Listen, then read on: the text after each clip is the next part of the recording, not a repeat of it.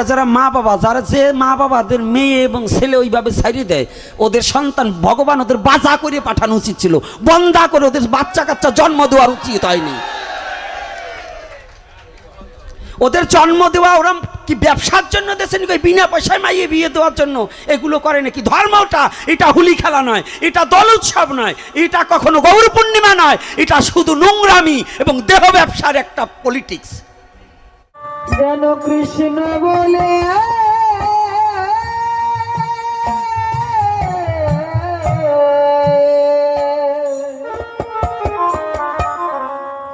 কাঁদিতে। এখন ধর্মর নামে অধর্ম শুরু করছেন। একটা জায়গায় এবার ফেসবুকে দেখলাম 13-14 বছরের মেয়েরা আর 18-20 বছরের ছেলেরা, 22 বছরের ছেলেরা একসাথে এই উড়ে ধুরে ড্যান্স শুরু করছে এই হোলি উপলক্ষে। আপনারা যারা মা বাবা, যারা যে মা বাবাদের মেয়ে এবং ছেলে ওইভাবে ছাড়িয়ে দেয়, ওদের সন্তান ভগবান ওদের বাজা করে পাঠানো উচিত ছিল, বন্ধা করে ওদের বাচ্চা কাচ্চা জন্ম দেওয়ার উচিত হয়নি। ওদের জন্ম দেওয়া ওরা কি ব্যবসার জন্য দেশেন, বিনা পয়সায় মাইয়ে বিয়ে দেওয়ার জন্য এগুলো করে নাকি? ধর্মটা এটা হুলি খেলা নয়, এটা দল উৎসব নয়, এটা কখনো গৌর পূর্ণিমা নয়, এটা শুধু নোংরামি এবং দেহ ব্যবসার একটা পলিটিক্স। এই মা বাবাদেরও সচেতন হয়। এই প্রত্যেকটা মা বাবা হচ্ছে লজ্জা ছাড়া মা বাবা, যাদের মেয়ে ছেলেগুলো ছেড়ে দেয়। সনাতনী জাতি এত বড় নির্লজ্জ হলে চলবে না। সনাতন ধর্ম হচ্ছে সবচেয়ে পবিত্র ধর্ম। আপনি জানেন, এবার ইউটিউবে দেখবেন খুলে, কত জায়গা অহিন্দুরা এসে হিন্দুদের এই হোলি উৎসবে ঢুকে পড়েছে। আর এই ছেলে মেয়ে কসলা কসলি করে কয়েকদিন পরে মেয়ে চলে যাবে, শেষে যে ধর্মান্তরিত হবে। আর ধর্মের দোষ না, এই বরিশালে গিয়েছেও, বরিশালে যে হোলির মধ্যে গিয়েছে। তো এগুলো আপনারা কি করে আপনাদের সমাজ এবং জাতি, আপনারা কোন ধর্মের অনুসারী? লজ্জা করা উচিত এই সমস্ত মা বাবাদের যে আমাদের ছেলে মেয়ে, আপনার সন্তান জন্ম দেওয়ার চেয়ে ওই কুকুরের সন্তান জন্ম দেওয়া ভালো। কুকুরও একটা ব্র্যাকেটের মধ্যে, একবারই কুকুর আর একবারই যায় না।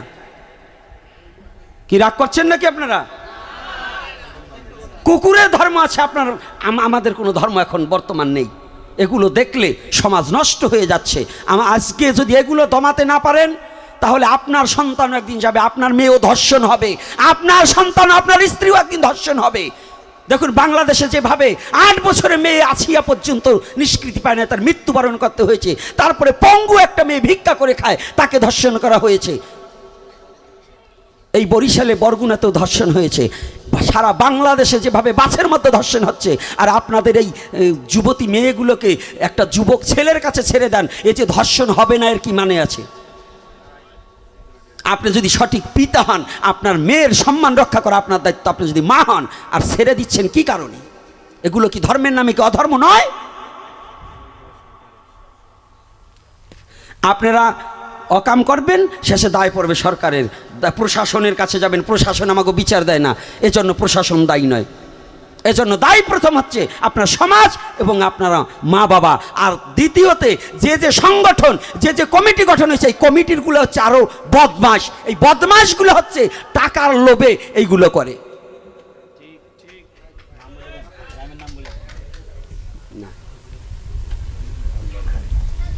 এজন্য আমি বলছি ইউটিউবের মধ্য দিয়ে, সাবধান, এখনো সময় আছে। যারা সনাতন ধর্মের এরকম অপমাননা করা হবে, এরপরে বাংলা নাম বলে ছেড়ে দেব, এই সমস্ত কমিটিদের নাম বলে ছেড়ে দেব, গ্রামের নাম ছেড়ে দেব, এবং সারা বাংলাদেশে এমন একটা আইন করব যে এদের বিরুদ্ধে মামলা করব। যদি সনাতন ধর্মের এই অশ্লীলতা বন্ধ না করে, এদের বিরুদ্ধে মামলা করা হবে।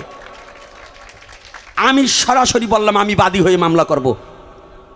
এজন্য আমি সর্বপ্রথম ইউটিউবের মধ্য দিয়ে বলে দিতে চাই, হোলি খেলা নয়, সনাতনী কোনো ধর্মের মধ্যে যদি এই উড়াধুরা নাচ হয়, যেখানে হবে, হ্যাঁ যুব সমাজ, সেই কমিটির আগে পিটাতে হবে। কারণ আমার সনাতনী ধর্ম, যদি তোর নাইট ক্লাব খুলে নেবি, যদি তোর করতে হয়, তোর স্ত্রীকে, তোর মেয়েকে আগে নাচাবি, তারপরে এই নাচানাচি সনাতন ধর্মের যুবক যুবতীকে নষ্ট করার জন্য তোরা ডাকবি। এজন্য আমি অনুরোধ করছি, আপনারা মায়েরা বাবারা যারা আজকে এখানে এসেছেন, আপনাদের সন্তানকে কোনো অশ্লীল নৃত্য এবং অশ্লীল পরিবেশে ধর্মের নামে অধর্মকে প্রচার করা সেখানে যাবার দেওয়া যাবে। কি কষ্ট পাচ্ছেন আমার কথায়? ভাববেন ভাগবতে কেন এ কথা বলছেন? ভাগবত কোথায় বলবো যদি আমার পাত্রই তৈরি না হয়, আমার ধর্ম যদি রসাতলে যায়, আমার জাতি যদি রসাতলে যায়, আমার মেয়েকে যদি ধর্মান্তরিত হতে হয়, আমার মেয়ে যদি ধর্ষিত হয়, তাহলে এজন্য আমার কি ভাগবতের কথার দাম আছে? কি দাম আছে? আর এরপর থেকে যদি এই আশেপাশে গ্রামের যদি দু একটা মেয়ে ধর্মান্তরিত, এই জন্য ওই কমিটি আগে দায়ী হবে, কারণ এরা সুযোগ করে দিচ্ছে। ওরা কত টাকা করে প্রতি মাসে খায় তা কবে কে? এজন্য আর বলবো না, সারা বাংলাদেশ নয়, সারা পৃথিবীর সনাতনী জাতির ধর্মকে শ্রদ্ধার সহিত প্রতিপালন করা দরকার। আমার ধর্মকে অন্য ধর্মের লোক শ্রদ্ধা করবে না। আমার স্বধর্ম নিধনং শ্রেয় পরধর্ম ভয়াবহ। আমার ধর্মকে যদি আমি বুক পেতে দিয়ে ভালোবাসতে না পারি, তাহলে অন্যের ধর্মকে শ্রদ্ধা করতে পারবো না। আগে আমার ধর্মকে আমার ভালোবাসতে হবে। যে সন্তান তার নিজের মাকে শ্রদ্ধা করতে জানে না, সে আবার অন্যের মাকে শ্রদ্ধা করবে কি করে? যে সন্তান তার নিজের পিতাকে শ্রদ্ধা করতে পারে না, সে অন্যের পিতাকে শ্রদ্ধা করতে জানে না। আজকে অমলবাবু তার মাকে সিংহাসনে বসিয়েছে, আমার আজকে ভালো লেগেছে। আমার দুর্ভাগ্য, আমি কোনোদিন আমার মাকে সিংহাসনে বসাবার মতো যোগ্যতা হয়নি। তবে যদি ওই কাষ্টের সিংহাসনে না বসাতে পারি, মা বাবার ঋণ জীবনে শোধ করা যায় না, তবে আদবুদিও যেন কৃপা করে যতদিন পৃথিবীতে আছি, মাকে যেন হৃদয়ের সিংহাসন থেকে যেন বঞ্চিত না করে দেই। হরিবল হরিবল। যেন হৃদয়ের সিংহাসন একটু বসাতে পারি। আজকে কত চমৎকার, আমার ভালো লেগেছে। এটাই প্রতিটা সন্তানের কর্তব্য। ধর্মের আগে কি অধিবাস কাহাকে বলছে? আগে গুরু পূজা। গুরু বন্দনা আগে নয় তো গুরু পূজা। গুরু দু প্রকার, স্থূল গুরু মা বাবা, প্রবর্তের গুরু দীক্ষা গুরু, নাকি বাবা? তাহলে স্থূলের গুরু গুরুদেব সাক্ষাৎ থাকাকালীনও আগে পিতামাতার চরণ ধোয়ে ওই চরণামৃত আস্বাদন করে মা বাবাকে ফুল পুষ্প দিয়ে পূজা দিয়ে তারপরে অধিবাসে যেতে হয়। এটা হচ্ছে পুত্রের কর্তব্য। তাই আজকে আমাদের ধর্মের নামে অধর্ম চলছে। আজকে মহাপ্রভু যে সংগ্রাম করে আজকে যেটা তৈরি করেছে, সেই মহাপ্রভুকে অবমাননা করা হচ্ছে এই দোল উৎসবে মেয়ে নাচিয়ে। আমার শ্রীকৃষ্ণ চৈতন্য মহাপ্রভুকে অবমাননা করা হচ্ছে কি না? মহাপ্রভুর ধর্ম রক্ষা করা হচ্ছে। মহাপ্রভু কি করেছিল? এর কষ্টের কথা কি বলবো? মহাপ্রভু নিজে, এই যে আপনাদের আজকে আমি যে কথাটা বলছিলাম একটু ব্যতিক্রম আলোচনা করবো, সেই কথাটা বলছি, একটু শুনুন। বর্ণবাদ, আজও বর্ণবাদ বাংলাদেশে ছড়িয়ে আছে। বাংলাদেশ নয়, সারা বিশ্বে সনাতনীদের মধ্যে বর্ণবাদ এখনো ছড়িয়ে আছে। এই বর্ণবাদটাকে বামপদ দিয়ে দলন করার জন্য মহাপ্রভু নিজেই গর্বকে খর্ব করার জন্য, একমাত্র শুধু সত্য প্রতিষ্ঠার জন্য মহাপ্রভু এসেছিলেন। সেই মহাপ্রভুকে আমরা মানছি না। মহাপ্রভুকে আমরা কেউ মানছি না। মহাপ্রভু কি বলেছিলেন? যেই ভজে সেই ভক্ত, আর সব ছাড়, কৃষ্ণ ভজনে নাই জাতি কুলাদি বিচার। এ কথাটা কার? কৃষ্ণ ভজনে কোনো জাত আছে, কুল আছে? কেউ শুনেই। যেই ভজে সেই ভক্ত, যে ভজন করবে সেই ভক্ত। এ কথা মহাপ্রভু হরিদাসকে কোলে নিয়েছিলেন। নিয়েছে না? হরিদাসকে বুকে টেনে নেয়নি? এমন দয়াল অবতার, প্রেমের অবতার কোথায় পাবে? কবে এসেছিল? কোনো যুগে আসেনি, এই কলির যুগের জন্য এসেছে। আর সেই সুযোগ মাতানচাঁদের মতো পদে লিখেছেন, গুরু মাতানচাঁদ লিখলেন, পেয়ে এমন সুযোগ হলে বিয়োগ, শেষে কি আর পাবি দিশে? এই সুযোগে, এই কলির যুগে যার গৌর পদে রতি না জন্মিবে, তার এই মনুষ্য জন্ম ধন্য হবে না। এই মনুষ্য জন্ম তার নিষ্ফল হয়ে যাবে। এজন্য এই কলির যুগে রসের অবতার, প্রেমের অবতার, ভাবের অবতার, দয়ার অবতার একমাত্র গৌরহরি। এই গৌরহরি প্রতিটা জীবকে ক্ষুদ্র না ভেবে প্রাধান্য দেওয়ার নিমিত্তে সমস্ত জাতিকে একত্রিত করেছে। এই হরিবাসর, এই নামযজ্ঞের আয়োজন কে করেছে? হ্যাঁ, মহাপ্রভু করেনি? এই নামযজ্ঞ দেখছেন, এই নামযজ্ঞের আদি অন্ত হচ্ছে মহাপ্রভু। শ্রীবাসঙ্গন থেকে নাম উৎপত্তি। এজন্য অনেক সময় নামের আসরটাকে শ্রীবাসঙ্গন বলা হয়। তাহলে এই মহাপ্রভু কেন করলেন? নামে কোনো জাতির বিচার নেই, নামে কোনো, তখনকার নাম প্রচার আর এখনকার নাম প্রচার এক নাই। আপনাদের আর একটা কথা বলে যাচ্ছি, কোনো কমিটি, এই যে আপনাদের মেলা বসছে, অমলবাবুরে বলবো, মেলার দোকানদাররা তো আর আপনাকে 10 লাখ দেওয়ার আশা আপনি করেন না। আপনার এই মেলায় আসতে হইলে পেঁয়াজ রসুন ডিম নিয়ে বসতে পারবে না, এইরকম আইন করবেন।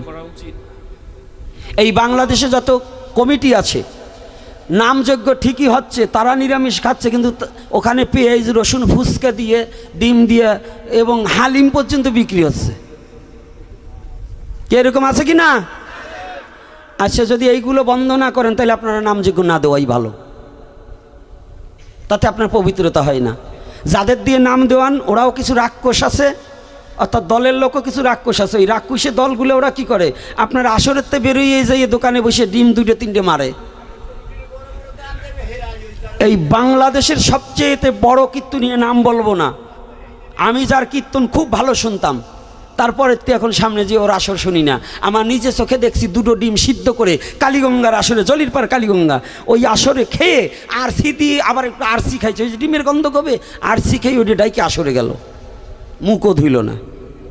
আমি নিজে চোখে দেখেছি, তারপরের থেকে ওনার আসরে কীর্তন শুনি না। তাই এজন্য আমি বলছি, আপনারা কমিটিতে যারা কীর্তন দিচ্ছেন, চরণে হাত রেখে বলছি, এই নামই মুক্তির পথ এবং নাম থেকেই আপনার নরকের পথ। নাচিতে গাহিতে জীব নরকেতেই যাবে, তাহলে নরকে মজিবে, এটা কে বলছে? মহাপ্রভু বলছে, নাচিতে গাহিতে জীব। এর কারণ কি? 64 প্রকার অপরাধ। মহাপ্রভু বললেন, আমি তাকে দয়া করিব, কাকে? অপরাধ শূন্য হয়ে যে লইবে নাম, অপরাধ শূন্য হয়ে সদা লইবে নাম। তাহলে অপরাধ যতদিন পর্যন্ত মার্জনীয় না হবে ততদিন পর্যন্ত এই নামে আমাদের ক্রিয়া হবে না। তাহলে কি করতে হবে? আপনাদের দল বায়না করার সাথে সাথে প্রত্যেকটা দলে বলবেন, কৃপা করে আপনার বাইরের খাবার খেলে আমি আপনাদের বায়না করিব না, ঠিক, একটু সংযত থাকুক। তো এজন্য এই ফুচকার দোকান, চটপটির দোকান, চানাচুরের দোকানে, পেঁয়াজ দেওয়ার দোকান, এইগুলো আপনাদের বন্ধ করা একান্ত দরকার। আছে কি না? আছে। হ্যাঁ, আপনারা কি এটা রাজি কি না? তাহলে এরপরে থেকে অনেক লোক হাত তোলেন নাই, মানে একটু খাই তো, এগুলো সম্বন্ধে তারা অন্য জায়গায় বেচুক, আপনারাও পেঁয়াজ খান, আমার আপত্তি নাই, আপনি খেলে আমার বাবার কিছু আসে যায় না। কিন্তু আমার এই ধর্মীয় অনুষ্ঠানে যদি অপবিত্র করেন, এটা সম্বন্ধে আমি প্রতিবাদ করবই। এটা আমার মুখ আটকাতে পারবেন না। আমার মৃত্যু যদি হয়ে যায়, আমি এজন্য লড়াই চলছে, চলবে। একা গোপীনাথ মারবে, লক্ষ গোপীনাথ এই বাংলার বুকে তৈরি হবে, লক্ষ গোপীনাথ তৈরি হবে। আমি এটা মৃত্যুকে সাথে নিয়েই আমি ঘুরি। আমি মরার ভয়ে যে কথা বলবো না, এজন্য না। সত্য সনাতন, আর সনাতনী সত্য, আমি এই কথাটাকে বিশ্বাস রাখি। যত ঝড় আসুক, এই ঝড় দিয়ে সনাতনকে দমানো যাবে না। এজন্য আমি চাই সনাতনী জাতি কুসংস্কারটাকে দূরীভূত করে দিয়ে, হিংসাটাকে ভুলে দিয়ে, হিংসাটাকে আগে ভুলাতে হবে। হিংসা যতদিন পর্যন্ত করবেন ততদিন পর্যন্ত আপনার মুক্তি ঘটবে না।